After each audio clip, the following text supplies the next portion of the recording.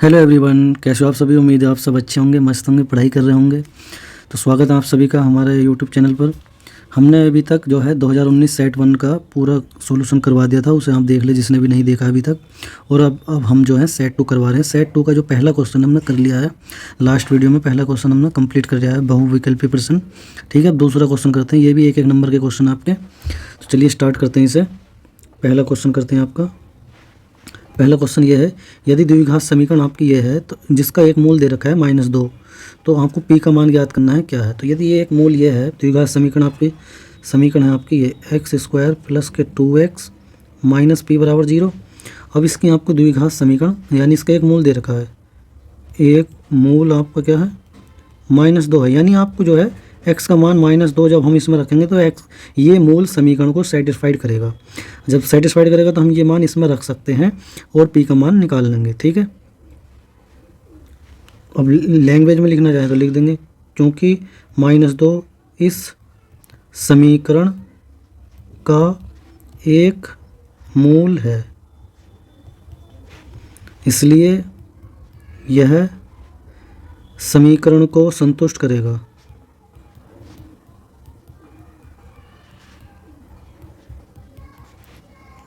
इसे नंबर 1 डाल दो। अतः x बराबर -2 समीकरण 1 में रखने पर, समीकरण 1 में ये मान पुट कर देंगे तो x की जगह -2 का स्क्वायर हम इसमें रख रहे हैं। ठीक है, -2 का स्क्वायर प्लस के 2 गुणा -2 माइनस p बराबर 0। -2 का वर्ग हो या 2 का वर्ग हो, -2 का स्क्वायर का मतलब -2 गुणा -2, 2 दूनी 4 और माइनस माइनस प्लस, ये आएगा 2 दूनी 4, ये माइनस का 4 आ जाएगा, माइनस p बराबर 0।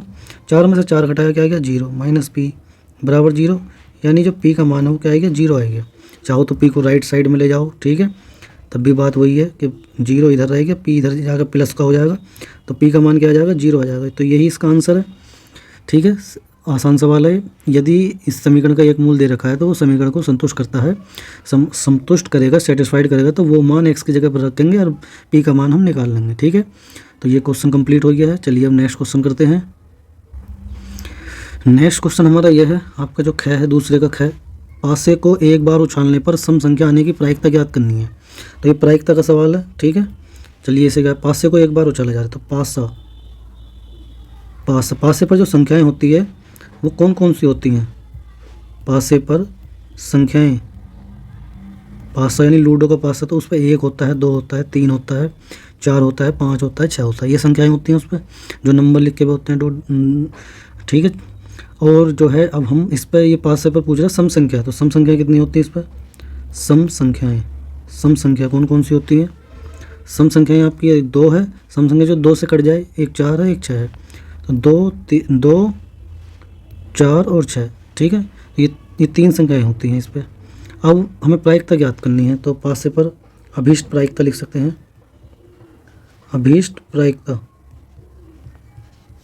बराबर हम यहाँ लिखेंगे सम संख्या आने के अनुकूल परिणाम।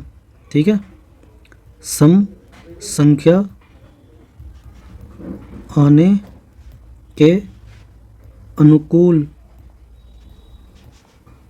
परिणाम बटे कुल परिणामों की संख्या।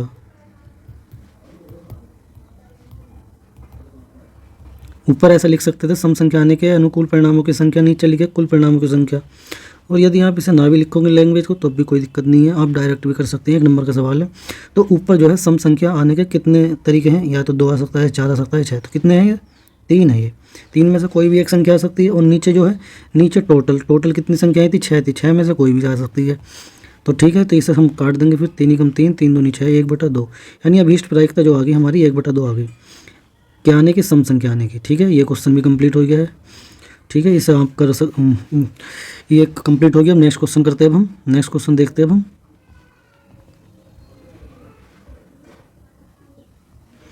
नेक्स्ट क्वेश्चन हमारा ये है, यदि cos a का मान दे रखा है √3/2 √3/2, तो sin 2a का मान ज्ञात कीजिए। 1 नंबर का ये, जितना कम से कम में कर सकते हैं, जितना जल्दी कर सकते हैं उतना करते हैं।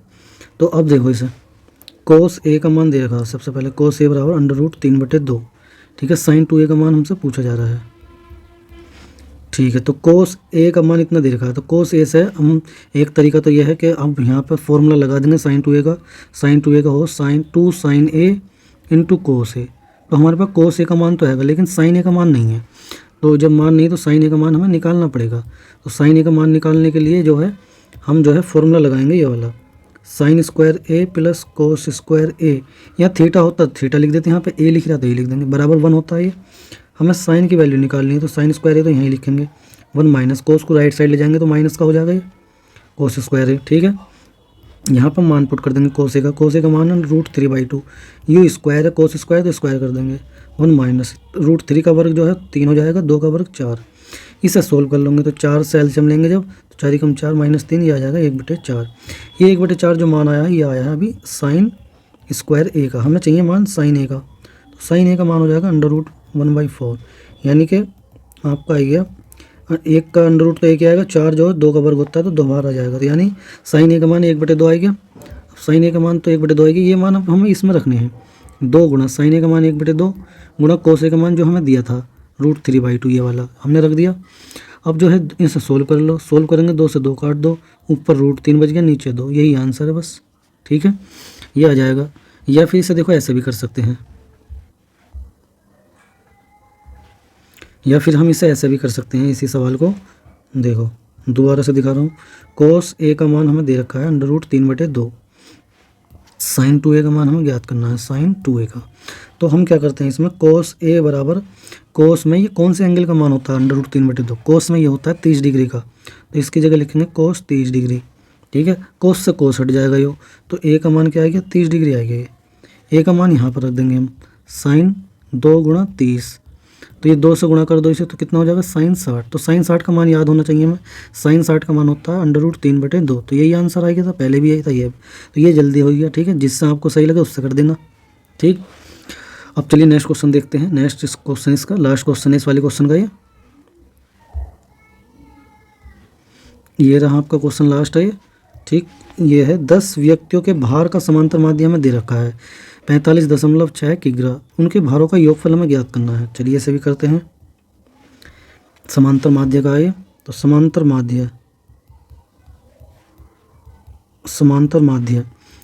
माध्य में देखो फॉर्मूला है व्यक्तियों के भारों का योगफल, या भारों का योगफल कह सकते हैं, या उनके भारों का योगफल।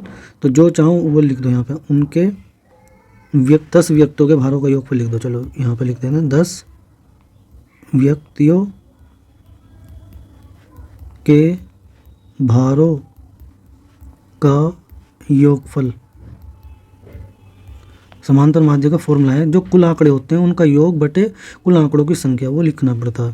तो यहाँ पे लिखेंगे 10 व्यक्तियों की संख्या, तो यहाँ पे लिख दो व्यक्तियों की, यहाँ पे कुछ गलत लिख दिया यहाँ पे। ठीक है, यहाँ पे ऐसे लिखा जाएगा, चाहो तो मैं दोबारा लिख देता हूँ।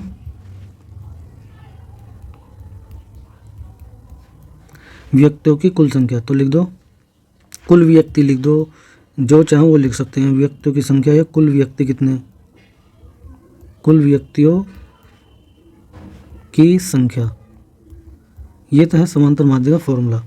अब हम इसमें मान रखेंगे, समांतर माध्य में दे रखा कितना है 45.6 बराबर 10 व्यक्तियों के भारों का योगफल, ये हमें ज्ञात करना है। भारों का योगफल हमें ज्ञात करना है। तो या तो इस लैंग्वेज को बार बार लिखो, या इनकी जगह कुछ ना कुछ नाम भी रख सकते थे, व्यक्तियों के भारों का योग, या यहाँ पे लिख देता हूँ भारों का योगफल बटे कुल व्यक्तियों की संख्या कितनी, 10 व्यक्ति हैं टोटल, तो 10 नीचे रखेंगे। तो अब क्रॉस मल्टीप्लाई होगी तो 10 की गुणा इससे हो जाएगी, क्रॉस मल्टीप्लाई, तो 45.6 गुणा 10 बराबर भारों का योग, जो व्यक्ति हैं उनका योगफल। तो इससे इसकी गुणा करेंगे, जैसे हम 10 की इससे गुणा करेंगे, 10 में 1 0 है, जैसे इसकी गुणा करेंगे तो ये आ जाएगा ये। लेकिन यहाँ पर देखो 1 से पहले पॉइंट लग रहा है, तो इधर से भी 1 से पहले पॉइंट लगा देंगे तो ये आ जाएगा। ठीक है, भारों का योगफल, जैसे हम इसकी गुणा करेंगे तो ये आएगा, यानी कि भारों का योग या अभीष्ट भारों का योगफल, ऐसा भी लिख सकते हैं। अभीष्ट लिख दोगे तो कोई दिक्कत नहीं, और भी अभीष्ट भारों का योगफल, तो हमारा योगफल कितना है 456 kg, किग्रा में है तो kg आएगा। ठीक है, ये इसका आंसर हो जाएगा। ठीक। ठीक है, मैंने चारों क्वेश्चन करवा दिए। इस क्वेश्चन के 4 पार्ट थे इसमें, कै ख ग घ, चारों कर दिए। उम्मीद करता हूँ चारों क्वेश्चन आपको क्लियर हो गए होंगे, समझ आए होंगे। ठीक है, वीडियो थोड़ी बहुत भी अगर पसंद आती है तो वीडियो को जरूर लाइक करके जाएं। ठीक है, और हमारी वीडियो देखने के लिए हमें सब्सक्राइब कर लें चैनल को। ठीक है, चलिए मिलते हैं जल्दी नेक्स्ट वीडियो में, उसमें नया क्वेश्चन करवाएंगे, क्वेश्चन नंबर 3। ठीक है, थैंक यू।